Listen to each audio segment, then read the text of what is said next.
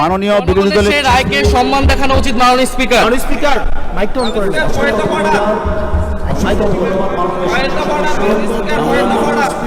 দিনের কার্যসূচি অনুসারে আমরা যেটা বিধি মোতাবেক আছে সেদিকে যাচ্ছি। আমি সম্মান রেখেই মাননীয় চিফ হুইপের প্রতি বলতে বাধ্য হচ্ছি, 15 তারিখের অধিবেশনে পয়েন্ট অফ অর্ডারে দাঁড়িয়ে আমি অতি জনগুরুত্বপূর্ণ একটি বিষয় উত্থাপন করেছিলাম। মাননীয় স্পিকার আমাকে পরামর্শ দিয়েছিলেন যথাযথভাবে নোটিশটি সাবমিট করার জন্য, তা আমরা করেছি। আমি মহান সংসদে আপনার মাধ্যমে এই নোটিশটি উত্থাপন করলাম। নোটিশের বিষয় হচ্ছে জুলাই জাতীয় সনদ সংবিধান সংস্কার বাস্তবায়ন আদেশ 2025, যেটা আদেশ নম্বর 1 এর অনুচ্ছেদ 10 অনুযায়ী সংবিধান সংস্কার পরিষদের অধিবেশন আহ্বান প্রসঙ্গে। নোটিশে বিস্তারিত লেখা আছে। এই বিষয়টি আলোচনার জন্য উত্থাপিত হলো, আপনি আলোচনার জন্য মঞ্জুর করবেন। ধন্যবাদ মাননীয় স্পিকার। মাননীয় চিফ হুইপ। মাননীয় বিরোধী দলীয় নেতাকে অসংখ্য ধন্যবাদ। বিষয়টি এরকম, প্লিজ, বিষয়টি এরকমের যে মাননীয় স্পিকার, আপনি সবসময় সংসদে যে অর্ডার্স অফ দ্য ডে অনুযায়ী তারকা চিহ্নিত প্রশ্ন এবং 71 বিধি, এটা শেষ হওয়ার পরেই আমরা যে কোনো বিষয়ে আলোচনা উত্থাপন করব। এটা মাননীয় বিরোধী দলীয় নেতা যে বিষয়ে উত্থাপন করেছেন, আপনি 71 বিধি শেষ করার পরে যদি আপনি চান, ইনশাআল্লাহ তাকে সময় দিতে পারেন এবং আমরা এই বিষয়ে আলোচনা করতে পারি। ধন্যবাদ মাননীয় স্পিকার। মাননীয় বিরোধী দলের উপনেতা। মাননীয় স্পিকার, সেদিন জনাব স্পিকার বলেছিলেন যে আলোচ্য এই ধরনের কোনো বিষয় থাকলে এটা কেবল প্রশ্নোত্তরের পরেই হবে। আমি সেই মোতাবেকই দাঁড়িয়েছি এবং আমি মনে করি এটা আমার অধিকার এবং দায়িত্ব। আমি বিশ্বাস করি এটা আপনি এইভাবেই গ্রহণ করবেন। ধন্যবাদ আপনাকে। মাননীয় স্বরাষ্ট্রমন্ত্রী মহোদয়। টাইমটা দেন মানে চিফ, যদি 1 মিনিট টাইম। মাননীয় স্পিকার, আপনাকে ধন্যবাদ। এটা মাননীয় স্পিকারের এখতিয়ার, যদি মাননীয় স্পিকার সময় না দেন আমি বসে পড়তে পারি। মাননীয় মন্ত্রী, আপনি কথা শেষ করুন দয়া করে। না, আপনি অনুমতি না দিলেন, this is my point of order. যদি আপনি পয়েন্ট অফ অর্ডারটা ফর্মুলেট না, মাননীয় মন্ত্রী, আপনার কথা শেষ করুন দয়া করে। দাঁড়া করেও রাখতে পারেন, দিস ইজ ইউর রাইট। আমার বলছেন আপনি। মাননীয় মন্ত্রী, আপনার বক্তব্য শেষ করুন দয়া করে। আমি সবাইকে সম্মান জানাতে চাই।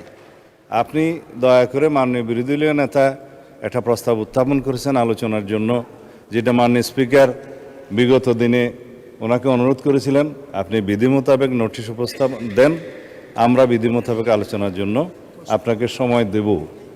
কিন্তু সেটা মাননীয় চিফ হুইপ যেটা বলেছেন যে আমাদের ট্রেডিশন অনুসারে যে প্রশ্নোত্তর পর্ব এবং 71 বিধির পরে এই জাতীয় মুলতবি প্রস্তাবগুলো নিয়ে নোটিশ উত্থাপিত হয়, সেই কথাটাই আপনি মাননীয় বিরোধী দলীয় নেতাকে বলেছেন। এখানে আমার মনে হয় না কোনো অধিকার ক্ষুণ্ণ হয়েছে। আমার মনে হয় আপনি প্রশ্নোত্তর পর্বের বাকি বিষয়টা যে 71 বিধিতে আপনি আজকে উত্থাপন করার সুযোগ দিবেন কি দিবেন না সেটাও আপনার এখতিয়ার, তবে এটা সংসদ সদস্যদের একটা অধিকার। তো এরপরে যদি মাননীয় বিরোধী দলীয় নেতা তার নোটিশের প্রস্তাবটা উত্থাপন করেন, তার এগেনস্টে হয়তো আমাদেরও 2-4 কথা বলার থাকতে পারে, সেটা আমরা পয়েন্ট অফ অর্ডার ফর্মুলেট করেই বলব। তো সুতরাং আপনি বিধি মোতাবেক এগিয়ে যান। আমিও আপনাকে অনুরোধ করব আপনার মাধ্যমে যেভাবে আপনি অর্ডার অফ দি ডেটা পরিচালনা করতে চাচ্ছেন, দয়া করে সেভাবে যান, আদার মেম্বার্সদের রাইটটাও প্রোটেক্টেড হয়। ধন্যবাদ মাননীয় স্পিকার। মাননীয় বিরোধী দলের চিফ হুইপ। মাননীয় স্পিকার, আপনাকে ধন্যবাদ। মাননীয় স্পিকার, আমরা হয়তো ভুলে যাচ্ছি যে আমরা এই সংসদটা কিভাবে গঠিত হয়েছে এবং জাতীয় সংসদ নির্বাচনের পাশাপাশি এখানে গণভোট অনুষ্ঠিত হয়েছিল, কিন্তু এখন সংসদের কার্যক্রম দেখলে মনে হচ্ছে যে এই ধরনের কিছুই যেন হয়নি। ফলে এটি যে কোনো জনগুরুত্বপূর্ণ ইস্যুর তুলনায় সবচেয়ে বেশি গুরুত্ব সহকারে এই সংসদে আলোচনা হওয়া উচিত, এর সুরাহা হওয়া উচিত, তারপরে আমাদের যে রেগুলার যে দৈনন্দিন কার্যক্রম সেটি হওয়া উচিত। আমরা আজকে বিধি মোতাবেকই আমাদের বিরোধী দলীয় নেতা উনি নোটিশ দিয়েছেন। আমরা আপনার প্রতি এবং এই হাউজের প্রতি আবেদন জানাচ্ছি যে আমরা প্রথমে এই বিধি এই যে নোটিশ আমরা দিয়েছি জনগুরুত্বপূর্ণ ইস্যুতে গণভোট এবং জুলাই সনদ বাস্তবায়ন আদেশ, সেটাতে আগে আলোচনা হোক, এটা আমাদের অনুরোধ রইল আপনার প্রতি মাননীয় স্পিকার।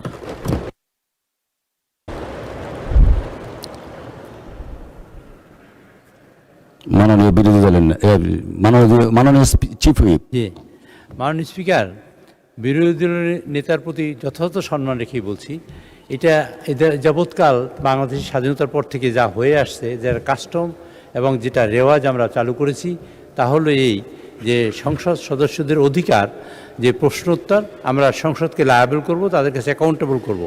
আর 71 বিধি আমার এলাকা বা কোনো গুরুত্বপূর্ণ বিষয় নিয়ে আলোচনা আসলে সাধারণত সেগুলো আলোচনা হয়। এটার জন্য 2 ঘন্টার সময় নির্ধারিত আছে, 1 ঘন্টা 1 ঘন্টা। এরপরে বিজনেসের দিনের এই সকল বিষয়ে আলোচনা আসতে পারে। যেমন মাননীয় বিরোধী দলীয় নেতা যে কথা বলেছেন, আমরা অত্যন্ত সম্মানের সাথে বলি, নিশ্চয়ই এটা আলোচনা আসবে, আজকেও আলোচনা আসতে পারে, অথবা সংসদ মাননীয় স্পিকার যেভাবে নির্ধারিত করেন এই বিষয়টা আলোচনা হতে পারে, এবং এটা অত্যন্ত গুরুত্বপূর্ণ বিষয় তিনি নিয়ে এসেছেন।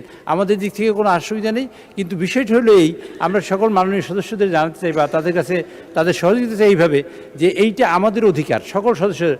বেসরকারি সদস্য হলো যে মন্ত্রী বাদে এবং হুইপ চিফ হুইপ বাদে সকল সদস্যই বেসরকারি সদস্য, সরকারি ট্রেজারি বেঞ্চ হোক অথবা অপোজিশন হোক।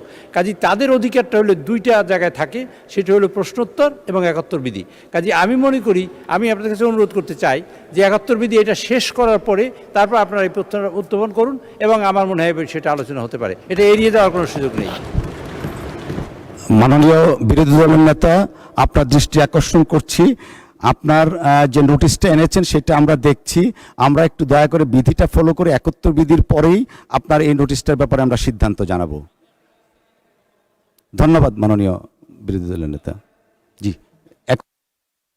71 বিধিতে কার্যসূচিতে যাই। আমরা মাননীয় বিরোধী দলের চিফ হুইপ, আমরা এই নোটিশটাকে আমলে নিচ্ছি।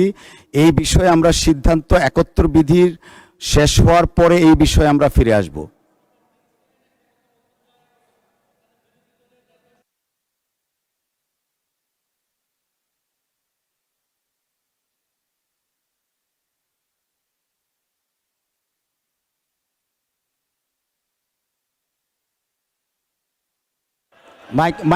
মাইক দিবে মাননীয় বিরোধী দলের সেই রায়কে সম্মান দেখানো উচিত মাননীয় স্পিকার।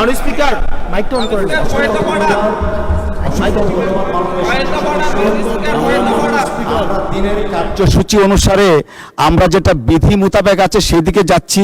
মাননীয় বিরোধী দলের নেতা যে নোটিশটা দিয়েছেন সেই নোটিশটা আমরা পেয়েছি। এই নোটিশের ব্যাপারে আমরা যথাবিহিত পদক্ষেপ নিব। আমরা 71 বিধিটার দিকে একটু এগিয়ে তারপরে আমরা এটাতে আসছি। ধন্যবাদ মাননীয় স্পিকার, মাননীয় সংসদ সদস্য।